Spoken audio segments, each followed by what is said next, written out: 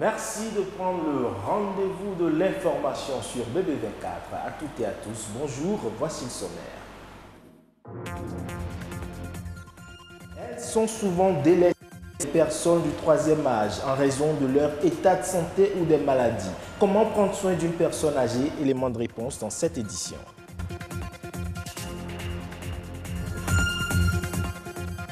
Désormais au Bénin, la sécurité et la santé seront non négociables. C'est l'une des recommandations fortes pour de meilleures conditions sanitaires de travail.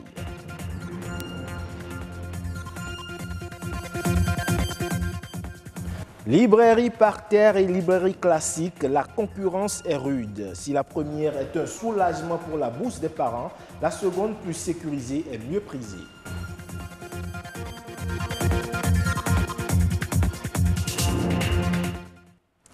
Le gouvernement béninois a adopté son projet de budget 2019 en prélude à la deuxième session ordinaire de l'année 2018 de l'Assemblée nationale. Il est arrêté à plus de 1877 milliards de francs CFA contre plus de 1862 milliards de francs CFA en 2018, soit une augmentation de 0,8%. Ce budget traduit les options de politique économique, sociale et budgétaire retenues par le gouvernement et exposées à l'Assemblée nationale le 30 juin 2018 lors du débat d'orientation budgétaire. La mise en application de ce budget, une fois qu'il sera voté, permettra une accélération du rythme de croissance économique du Bénin, en contexte non inflationniste et de maîtrise du déficit budgétaire. Conformément au projet adopté, les ressources du budget de l'État pour la gestion 2019 connaîtront une hausse de 8,9% par rapport à 2018. Une amélioration des recettes budgétaires projetée qui s'accompagne d'une politique de sécurisation des recettes à travers la dématérialisation des procédures de recouvrement et l'interconnexion des bases de données des contribuables. Je le disais dans les titres, les personnes du troisième âge sont souvent des laissés pour compte. Au fur et à mesure que l'âge augmente, il se développe chez elles plusieurs maladies. Au Bénin, la prise en charge de ces personnes constitue une corvée pour leur entourage. Mais que faut-il faire pour soulager les personnes âgées, souvent en situation difficile? Suivez les explications du médecin Farid Tamou. Il est au micro de Gloria Oni et de Michi Elegbert. Nous avons différentes fonctions, différents systèmes qui fonctionnent et qui coordonnent.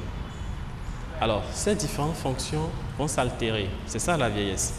Une fonction cérébrale, la fonction cardiaque, la fonction rénale, la fonction digestive, tout va commencer à s'altérer. Même la fonction motrice. Au fil du temps, il faudrait qu'on le suive pour qu'il ne développe pas d'autres incapacités. Pour le suivre, en général, il faut une assise médicale, il faut une assise infirmière. Peut-être qu'il ne pourra pas uriner normalement, peut-être qu'il a besoin d'une sonde urinaire. Donc, pour ne pas provoquer une autre aggravation de cette fonction urinaire, il faudra suivre cette fonction urinaire-là. En gros, c'est pour dire quoi?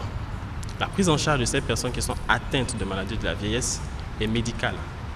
Elle est médicale, elle est psychologique, parce que voir une personne qui n'arrive plus à avoir ou à utiliser la fonction qu'il avait entre-temps l'habitude d'utiliser, c'est un peu difficile psychologiquement. Un accompagnement familier, la famille aussi est importante. Actuellement, ce qui se fait ici au Bénin, c'est standard. Le patient vient vers le médecin, vers le centre, vers les différents centres hospitaliers ou privés pour se faire soigner ponctuellement avec des rendez-vous précis qu'il doit respecter, ou des réseaux de médecins qui s'organisent pour aller vers les patients à leur domicile et leur administrer les différents soins qu'il faut pour. Des conseils avisés pour mieux nous édifier. La sécurité et la santé au travail ne sont pas des plus reluisantes au Bénin. Pour maximiser leurs profits, certains employeurs méprisent le bien-être de leurs collaborateurs. Pour désormais réglementer les conditions sanitaires, d'ailleurs, 3 principaux acteurs ont décidé de procéder à la relecture et à la mise à jour des tests en la matière. Estelle Pazou et Monique Tan pour les précisions. Un accident au travail, c'est vite arrivé. Au mieux, le travailleur arrive à s'en sortir. Parfois, il garde des séquelles. Dans d'autres cas, il peut y laisser la vie. Des réalités qui posent la problématique de la sécurité au travail. Au Bénin, cette sécurité n'est pas des plus assurées. La santé du travailleur au Bénin n'est pas très réluisante, il faut le dire, parce qu'il faut reconnaître également que toutes les structures ne sont pas encore en place. Et c'est justement pour ça que la Commission nationale de sécurité et santé au travail s'échine à mettre en place les différentes mesures et les cadres qu'il faut pour que la santé des travailleurs soit un peu plus prise en charge. Une prise en charge qui passe par la finalisation de la relecture de l'arrêté portant attribution, organisation et fonctionnement des services de santé et de sécurité au travail. Employeurs, travailleurs et État ont décidé de passer au peigne fin les tests qui vont réglementer le secteur. Au final, ils vont accorder leur violon sur ce maillon important qu'est le travailleur. Dans nos entreprises aujourd'hui, on n'a pas encore remplacé les hommes par des machines.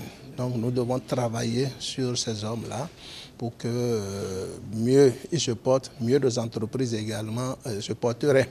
Donc c'est dans ce cadre que le patronat essaie d'amener les entreprises membres à mettre en place des services d'hygiène, des services de sécurité et de santé au travail.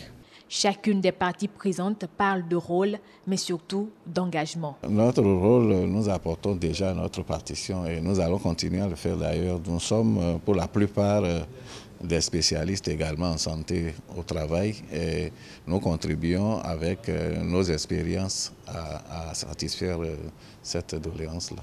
Le premier engagement au niveau du Conseil national du patronat du Bénin, après la signature de ces tests, c'est de pouvoir vulgariser ces tests dans nos entreprises. Vous savez, ils ne sont pas tous là, nous ne sommes que des représentants de ce secteur. Il faut maintenant que toutes les entreprises, membres du patronat ou non, soient largement informées du contenu de l'arrêté et de la mise en œuvre de cet arrêté. Il est nécessaire d'adapter aujourd'hui, disons, l'arsenal juridique en matière de santé et de sécurité au travail aux différentes modifications que nous avons connues ces derniers jours, ces dernières semaines dans le monde juridique de travail au Bénin. La réflexion sur le programme quinquennal 2019-2023 de sécurité et de santé au travail est également à l'ordre du jour. Tout ceci pour des conditions sans ambiguïté du travailleur.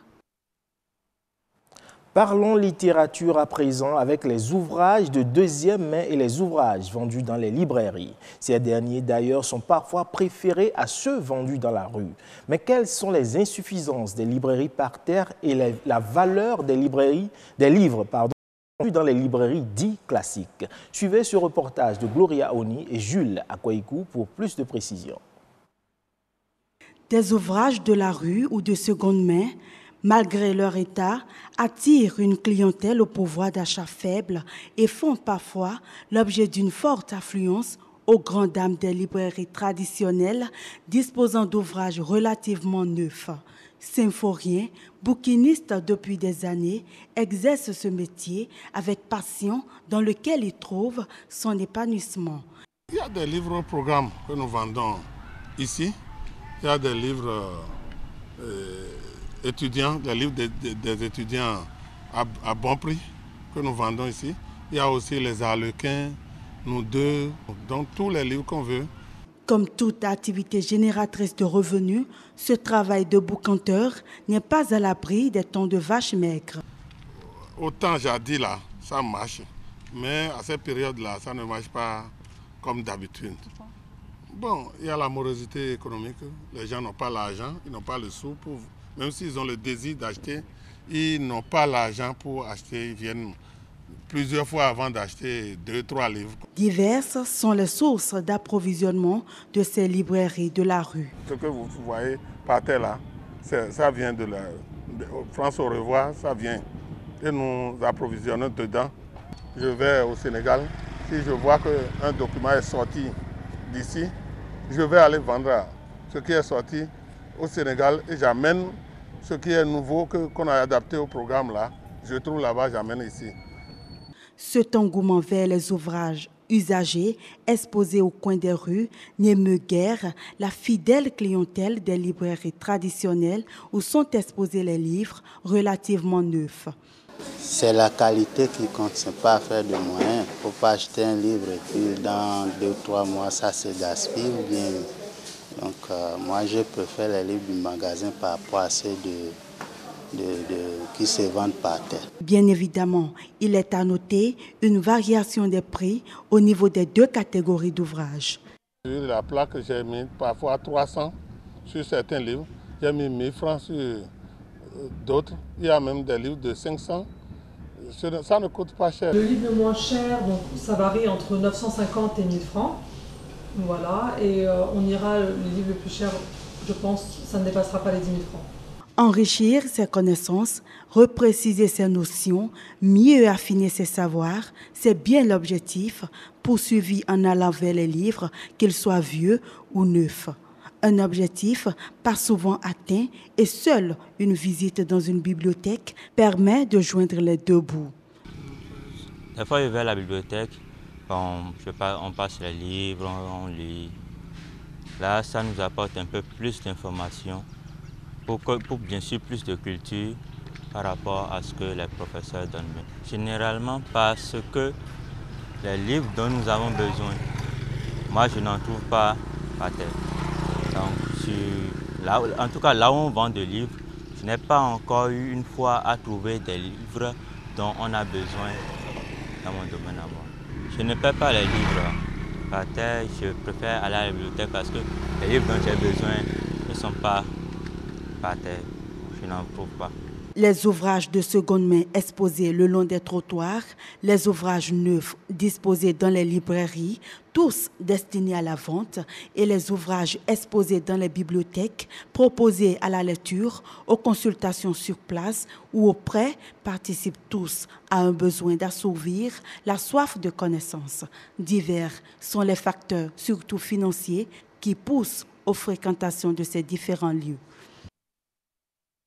En nouvelle brève, à présent, le gouvernement kényan a adopté un plan de réduction de 1,8% de ses dépenses pour l'année fiscale en cours. Selon les informations relayées par l'agence de presse Reuters, l'initiative de cette réduction a été prise par le ministre des Finances afin de faire face aux implications des nouvelles mesures fiscales concernant les produits pétroliers. En effet, l'échec d'une nouvelle loi visant à appliquer une taxe sur la valeur ajoutée de 16% sur les produits pétroliers a récemment conduit le président Uhuru Kenyatta à opter pour la réduction de moitié de cette taxe.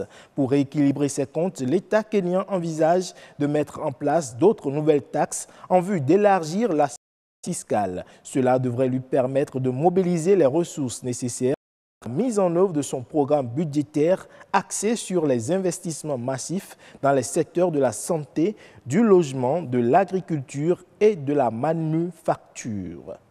Ainsi se referme cette édition. Merci à toutes et à tous pour votre attention. Retrouvez-moi ce soir à 19h45 pour l'édition du soir.